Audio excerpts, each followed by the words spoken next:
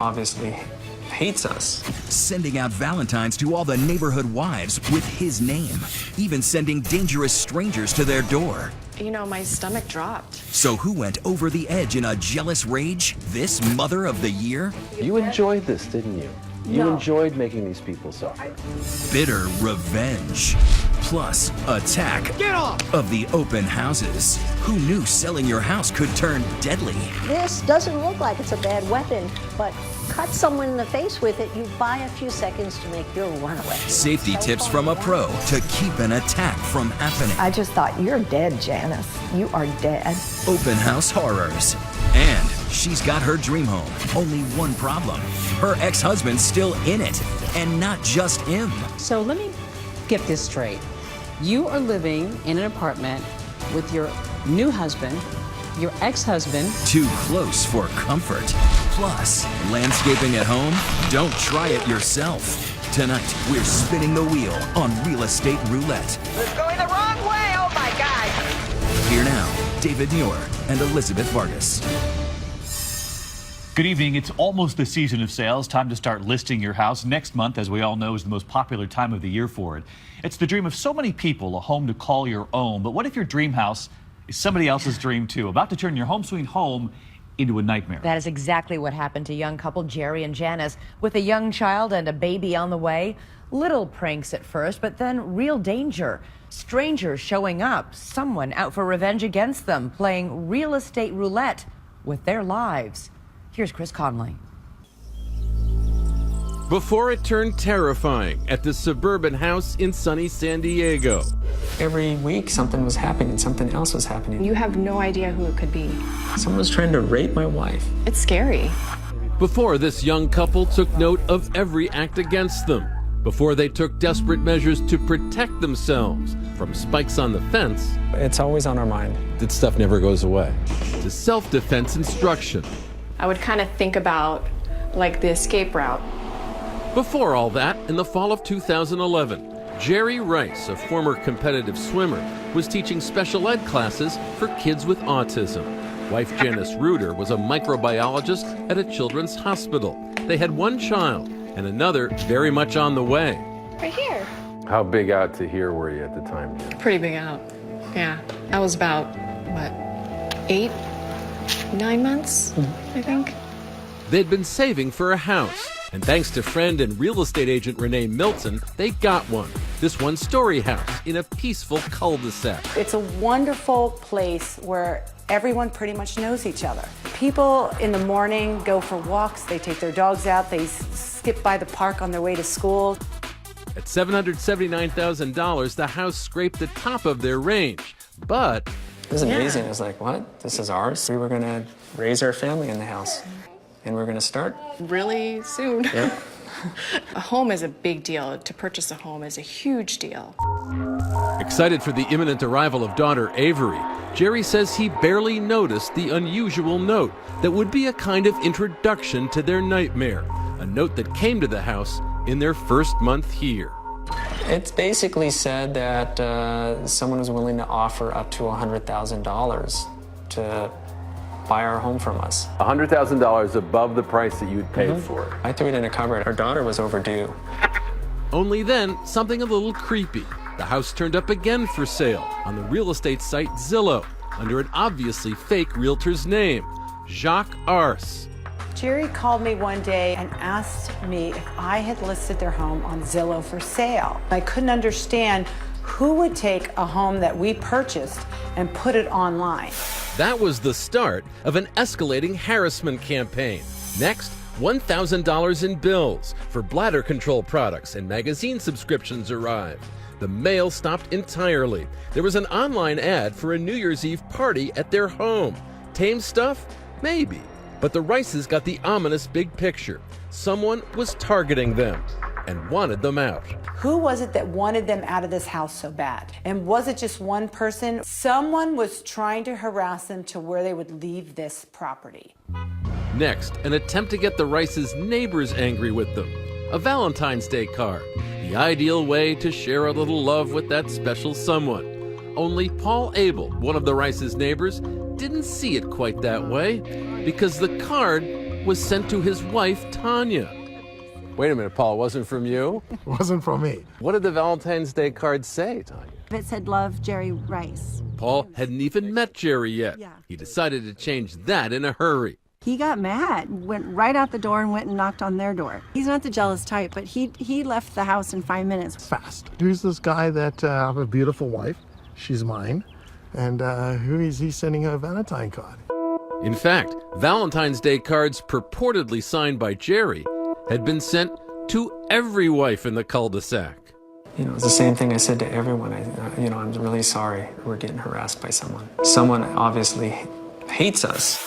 But who was the hater? With 2 children to protect, Jerry and Janice would never forget the jolt of fear they felt as a cop gave it to them straight. He said whoever was doing it was probably pretty sick. They were probably watching. And that sent chills down my back. Having the police officer tell me that, you know, we need to watch out for our children. It's scary. We were very suspicious of everyone. Jerry sprang into action. He locked the mailbox and set up surveillance. We didn't know who was messing with us, and they could be coming up to our front door. So we put up security cameras.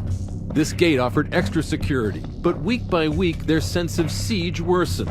What next? Who was watching? It all haunted Jerry. He became very distant and really focused on trying to protect our family. He would be up a lot during the night. Check all the locks around the house, and then check on the kids. What was it like one of those nights when you just sort of ask yourself, why is this happening to us? Janice asked that a lot. Why is this happening to us? And I was more concerned of who was doing this and where they were going to attack us next.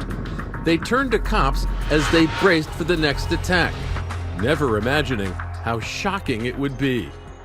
This is your picture, and these are the words underneath it. Carmel Valley Freak Show. Come see me during the day while my husband is at work, and we can get our freak on. You know, my stomach dropped. I was like, oh, okay, now my photo's on there. That's very personal. And your home address, where your children live. Right. Then, while at work, Jerry got an urgent message from the police. To come back to the house because they had some information to share with us, and they wanted me there with Janice. Men had responded to that online ad and been in touch with someone pretending to be Janice. This is what one of them had been told. Just stop by any Monday, Friday, 9 a.m. to 3 p.m. I like the element of surprise. Someone pretending to be you. Right. Did it occur to you at that moment how much danger? Oh, yeah. Who was that strange man at the front door?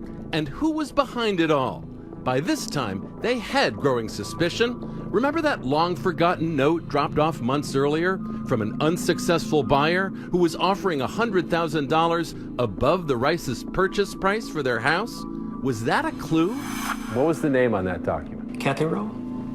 When Janice searched Kathy Rowe on Facebook, she recoiled in horror.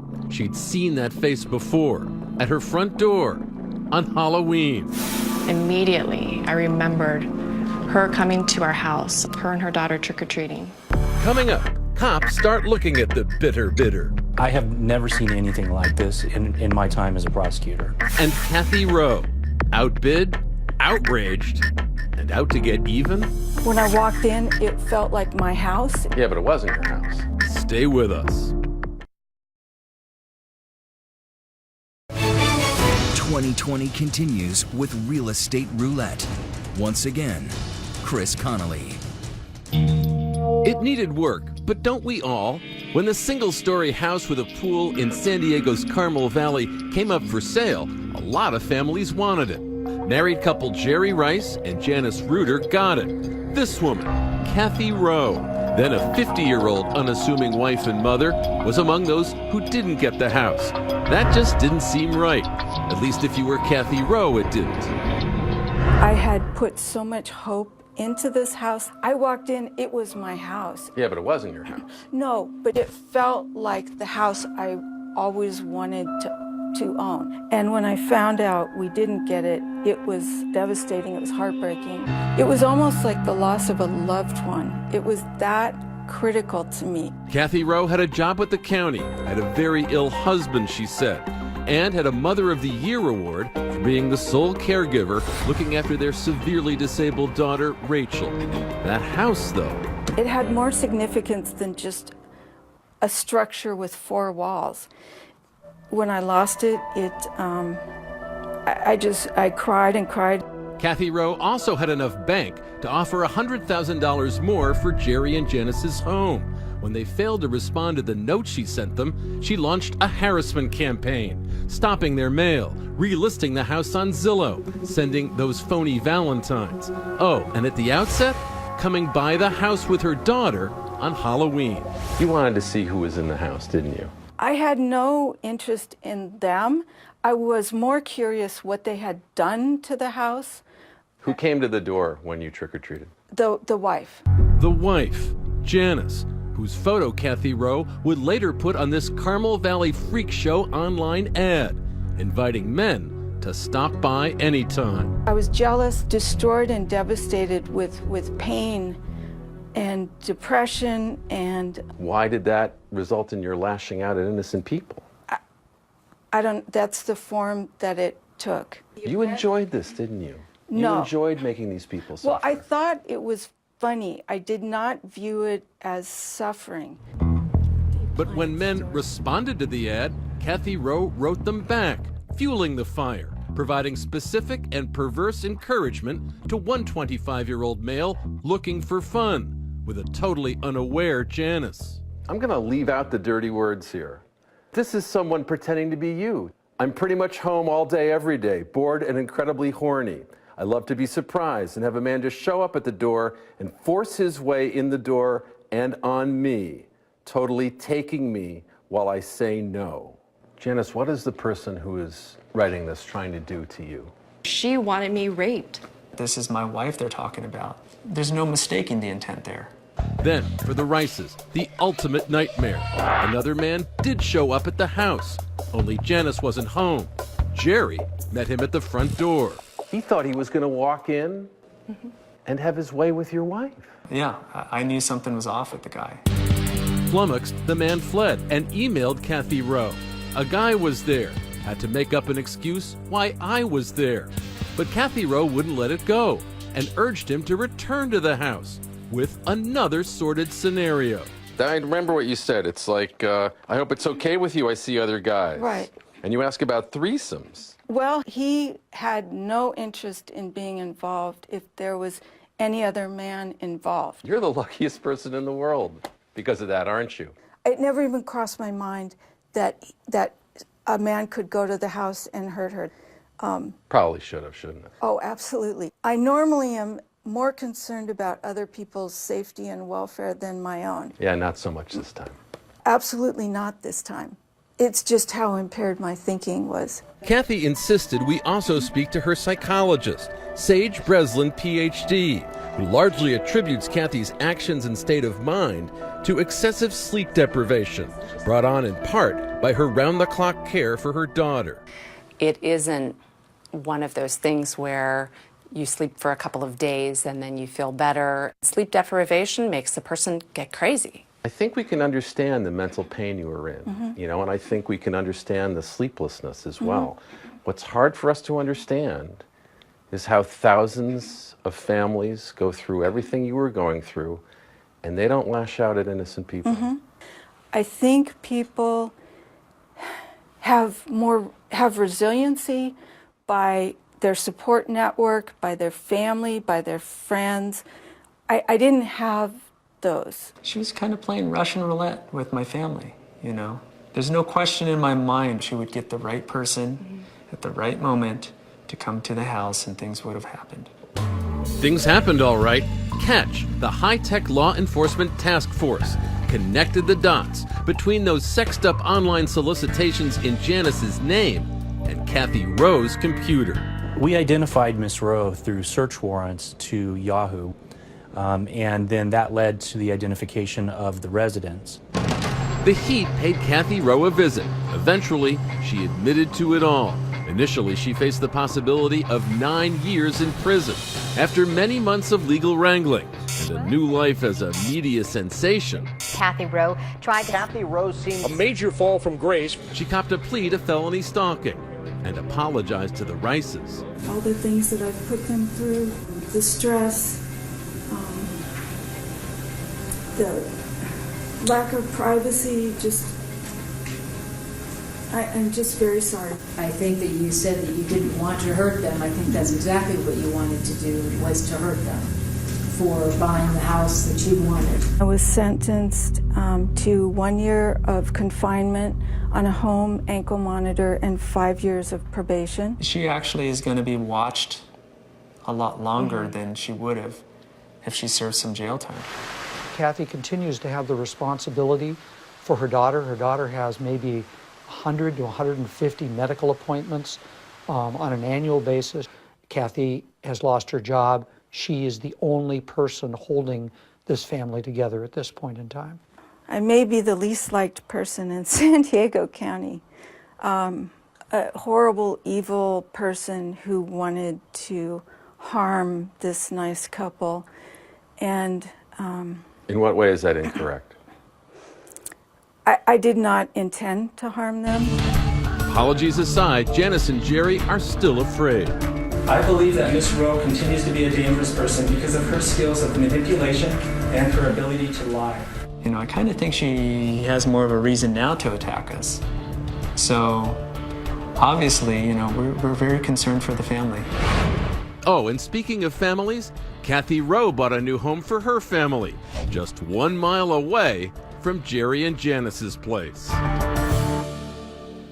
Wow, just a mile away. Well, have you ever lost something you wanted so badly that you went a little crazy trying to get it back or get revenge? Be honest. Let us know on our Facebook page and on Twitter. Use the hashtag ABC2020. And when we come back here tonight, a woman still sharing her home with her ex plus her new husband. That's when 5,000 square feet really isn't enough. No. Elizabeth and I will be right back. Next, she's got her dream home. Only one problem. Her ex-husband's still in it, dividing everything. But that's nothing compared to this. You are living in an apartment with your new husband, your ex-husband. 2's company, 3's chaos. Coming up.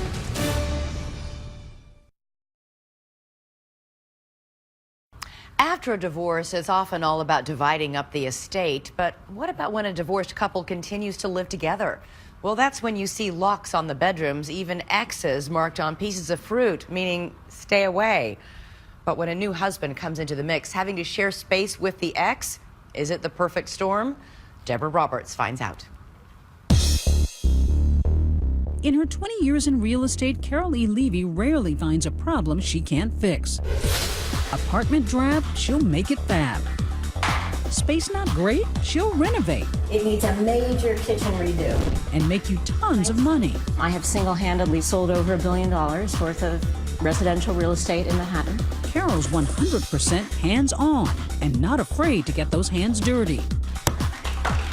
I love New York. If you think Carol has a flair for the dramatic, she comes by it naturally.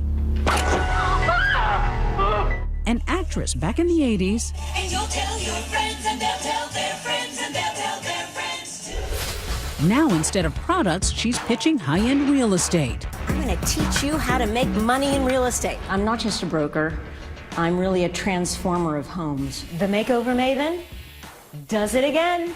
Her greatest triumph? Her own 5,000 square foot multi-million-dollar duplex she redesigned in one of New York's most iconic buildings, the Beresford, known for its A-listers. Jerry Seinfeld and John McEnroe live here. The apartments are spectacular. The location right by Central Park with the museum, it was everything I wanted.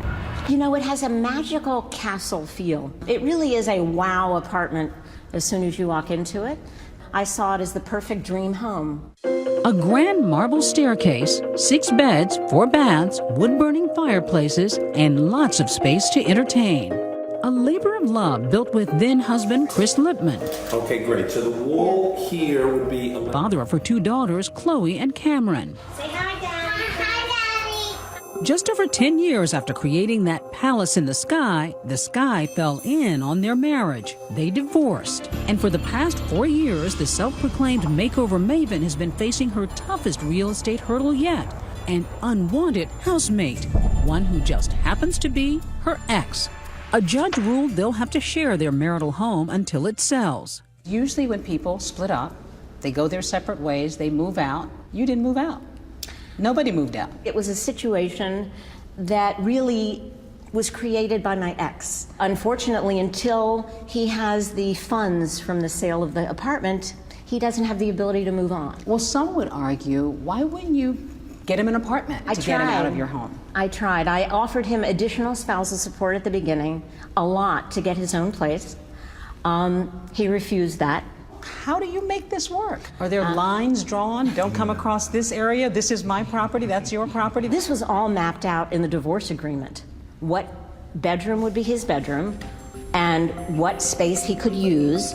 This floor plan shows those lines of demarcation. Carol and her teen girls live upstairs. The ex, he's on the floor below. Way in the back of the apartment is the guest bedroom. Chris declined our request for an interview and even insisted we not enter the home. So Carol, still an actress at heart, agreed to film for us. He, by the way, installed just a small lock on the door. Is there anything about the arrangement that's toxic for your daughters, do you think? There's nothing at all toxic. I think it's been healthier for them that the divorce wasn't suddenly, abruptly daddy moving out. But there's got to be something tough about the arrangement. There are some times when his presence there, I do feel is intrusive on my life. Like if I am in the kitchen and I want to go in there and he's there. And yeah. Does he ever cook something in the kitchen that you don't like or that's smelly or leave dishes around the kitchen, or do you ever run into those day-to-day little... Well, he doesn't clean up after himself, and I do pay for the housekeeper. So there is a little resentment there. In fact, it seems most of the friction happens in that shared kitchen. Let's call it the demilitarized zone. Lines have been drawn, but where? Let me show you.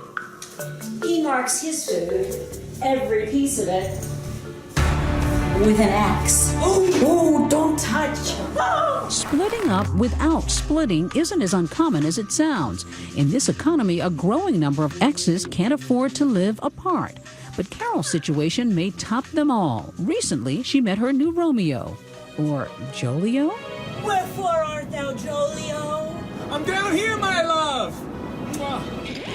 Wait, he may resemble her ex, but this is Carol's new love, Joel Gorin. They married, he moved in, and 8 weeks ago, baby Chase joined the fun. It's a pre-war apartment with a very modern family. So let me get this straight.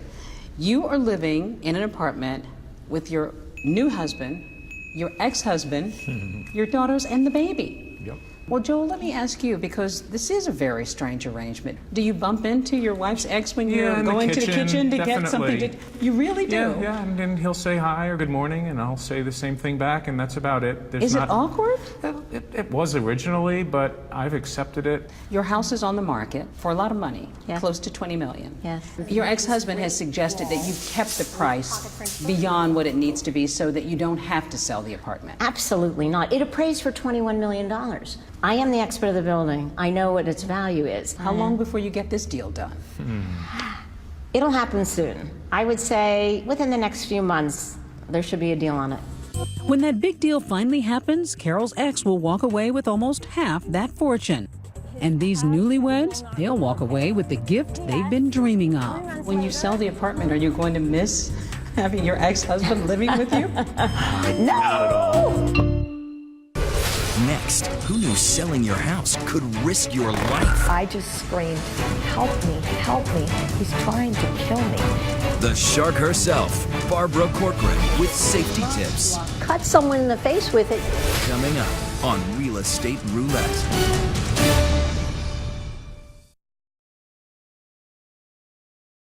Hard to believe, but even in this cold snap, people are already getting ready for it, putting their houses on the market. As I mentioned, March is the most popular month to do it. But along with it come those open houses. But here's the question tonight. Are you opening your home to someone looking for something else? Here's Rebecca Jarvis. Real estate agents are starting to salivate. Home sales are up, interest rates are low, and the economy is improving. You'd think they'd all be out there staging homes and prepping listings, right? Throw. Listen. So, why is this room full of agents in New Jersey learning how to stab someone in the eye? My thumb is in your eye socket. They're taking a self-defense course specifically tailored for real estate agents because their job can be downright dangerous. Being in the real estate business is one of the most high-risk businesses in the nation, and yet people don't know about it. Real estate mogul and Shark Tank star Barbara Corcoran says you never know who exactly will be coming to check out that listing, and they may be walking away with more than the property fact sheet. There's been a recent rash of open house ripoffs, like this woman caught pilfering prescription pills from an open house and charged with felony drug possession. So what's a homeowner to do? Medication's so valuable. The wrong person is going to take it. Of course they're going to take it, so you must lock it up. Now check out this guy facing multiple burglary charges for sauntering out of open houses with high-end jewelry. His lawyer told ABC News his client is innocent until proven guilty. There's nothing wrong with leaving out a jewelry box, but make sure you have junk jewelry inside, not the real deal. Why junk jewelry? Because if you empty out the whole jewelry box, someone sees it, oh, there's the jewelry, oh, it's not here, they'll start looking to find out where the jewelry is. But the danger isn't limited to homeowners. Police say the realtor who was kidnapped was traumatized. The agent you've hired to help you buy or sell your house could easily end up on the 5 o'clock news. A local real estate agent says he did not think he would live to see his family again. And it's not just dangerous, it can be deadly. In the last decade, more than 20 real estate agents were murdered, according to the U.S. Bureau of Labor Statistics. Take the case of Beverly Carter, an experienced real estate agent who disappeared from a Little Rock area house she was showing last October while allegedly meeting a potential cash buyer. Did you kill Beverly Carter? No. After a days-long search, her body was found in a shallow grave. The man accused of her murder giving a perp walk statement and later pleading not guilty to capital murder. Why Beverly? She was a rich broker. Are real estate agents sitting ducks? They are. Nothing is more essential to the real estate business than a new customer. And a new customer could be a good customer, or it could be the wrong customer. And it's mostly female agents who are meeting Mr. Wrong Customer. Women make up 60% of the real estate agent population, and it is a requirement of the job to market yourself relentlessly to perfect strangers. They know more about you than you would ever know about them when they show up at your home. Their cell number is on the business card. It's online. They blog about particular open houses. They talk about their children. And being open like that, of course, makes them a lot more vulnerable. Hey, morning, Trace. San Antonio real estate agent Janice Tisdale had always been cautious, but a few years ago she found herself in a perilous situation with a client and barely escaped with her life. It was a few days before Christmas, and Tisdale had arranged to meet this man, Emilio Maldonado, and his banker in a remote subdivision. As soon as I pulled up, I said, "Where's your banker?" And he goes, "Oh, he couldn't come today." And I thought, oh, this is weird. Tisdale did a lot of things right that day. She took off her diamond jewelry and made sure she had an escape route, just like Barbara Corcoran recommends. I make sure, foremost, that I have an exit strategy. I open the gates on the back of the house. I open the back door. So if you were showing me this home, I would say, have a look at the bedroom. and you would make sure you're there. I keep my eye on you, but I want to stay by the door. Corcoran says agents should realize they're already armed for combat. So you should have a cell phone in one hand, and in your other hand, you should carry your car keys. This doesn't look like it's a bad weapon, but cut someone in the face with it, you buy a few seconds to make your runaway. As Tisdale and her client toured the vacant house, Tisdale's instincts were telling her to bolt. And finally I said, we really need to go. And I reached down to pick up it was a lockbox. That's when he struck me over the head. Maldonado was wielding a tire thumper used by long-haul truckers to check tire pressure, and now blood was gushing from the back of Tisdale's head. Maldonado held the 64-year-old grandmother hostage for 45 minutes until she was finally able to use her remaining strength to break away. I was screaming. I just thought, you're dead, Janice. You are dead. In the distance, Tisdale spotted some teenagers driving a banged-up Honda Civic. And here come those kids, and their window was down. So I just screamed, "Help me, help me, he's trying to kill me." And they slammed on their brakes, and 5 teenagers bounded out of this car. Maldonado was arrested soon after. Now he's serving 60 years for aggravated robbery. And as for the teens who came to Janice Tisdale's rescue, I have 5 more children now, so instead of 4, I have 9. What more could a mother want? well, actually, this mother wants one more protective friend. These days when she shows properties, she brings along a Beretta Tomcat. I'm so happy you're alive. Amazing. Thank you. Yeah, just wonderful. The shark and the survivor spoke via Skype. I hear you teach all the new realtors what to be careful about. I bet one of the big lessons you're teaching is trust your gut. That is the thing I end with, is trust your gut, because if you don't, you could end up dead, or you could have staples in your head like I did. Get off! And that's why it may be good to get this kind of training. Wow.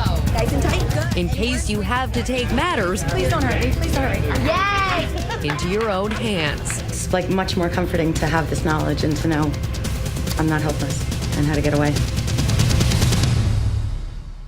And Barbara Corcoran has a lot more safety tips for selling your house safely. You can find them on our 2020 Facebook page. Barbara always knows. She does. We'll be right back. Next, if a tree falls in a forest, run. I got that all on film! When you're clearing your property, make sure it clears your house. This is going the wrong way, oh my gosh! When Real Estate Roulette returns. Lovely landscaping can do a lot to increase the value of your home, and sometimes it's even necessary to eliminate a danger, like dead trees. But this is one case where do-it-yourself may not be so smart. Here's Matt Gutman.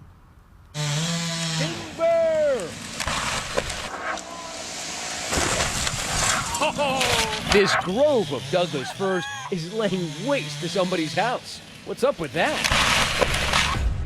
To understand, I'm scrambling up the side of this 85-foot white oak. Just try to lean back and go easy. To meet up with Mark Chisholm, 3-time world climbing champion and a spokesman for Steel Chainsaws. Wow. Welcome to my office. This is where you work, huh? This is it. So what do trees have to do with real estate anyway? You buy property, you're gonna have trees, and they're usually close to your houses and everything else. You gotta have the ability to maintain your property. Trees can be the ultimate real estate nightmare. Oh my God! Just one bad storm can send them crashing down almost anywhere. It hit your car, oh my God! Oh my God! I got that all on film, you guys. It happens all the time. Just this past week, the tree came down with such force, it shook the neighborhood. A tree toppling in a windstorm outside Washington, D.C., captured on a 911 call. It's actually falling on my house right now. Yeah, it just fell on my house. But hiring someone like Mark to cut the trouble down in advance can cost up to several $1,000s. Too expensive for Juan Morales of Lakeland, Florida. They wanted $2,000 per tree. I like, oh, no, I can't have this. He saved a fortune renting this equipment. Unfortunately, professional expertise was not included.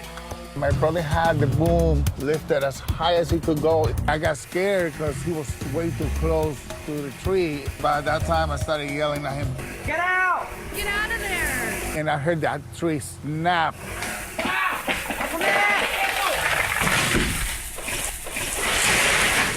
Wow. Juan was actually lucky. No major damage to the house. The Hagen family in Brighton, Michigan, not so fortunate. The big chainsaw is now on the porch. That's Elizabeth doing the somewhat skeptical play-by-play as her husband Craig does his best Tim Allen from Home Improvement. People build confidence over time. They say, well, this went where I wanted, this one went where I wanted, I can do that one too. This is going the wrong way, oh my gosh! Gee, the wind must have changed, right? Oh, that's painful. That was not good at all. No, it wasn't. The Hagans had a good $1,000 worth of damage on their house. It's not like, oh, this guy is one in a million. This is common. I mean, they're all over the internet.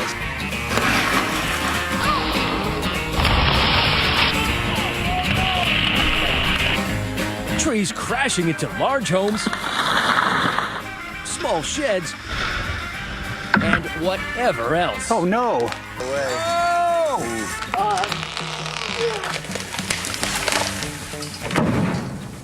Told you it was gonna fall that way.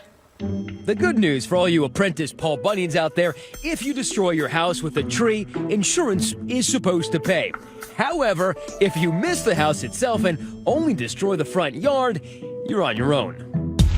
When it's not your house, it's oddly compelling to watch. There goes your power, fool. But Mark says it isn't funny. A lot of people get hurt or killed by doing this. It's a big problem. What are they doing wrong? A lot of people come to a tree, they say, this has got to be simple. You just slice right through it, right? Yeah, and that's a mistake. You can't just... Mark says cut straight through, the tree just falls where gravity takes it.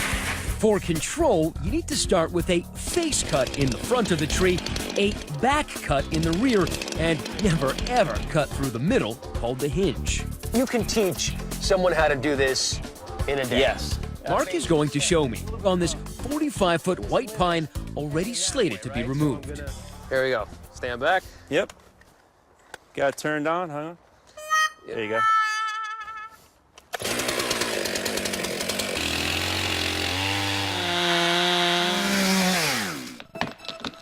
Come on out. Timber! I told you could do it. An hour later, I've safely felled my first 3 dead trees. But there's more to this than just proper cutting. How do you know which way a tree is going to fall? Well, you got to assess the tree as a whole. According to Mark, if you can't tell which way the tree is leaning, leave it to someone who can. Done properly, you can be incredibly precise. These 2 guys in Packwood, Washington, figured it out to perfection. Precision almost hard to believe. Beautiful. That is worth another look. 60 feet of pine through about a 3-foot opening. Beautiful. Thank you, guys. Then there's Brian Anderson of Middleton, Idaho, whose property we showed you earlier. I want this thing to obliterate that house. I want a pile of toothpicks when we're done. He wanted to build a new home where his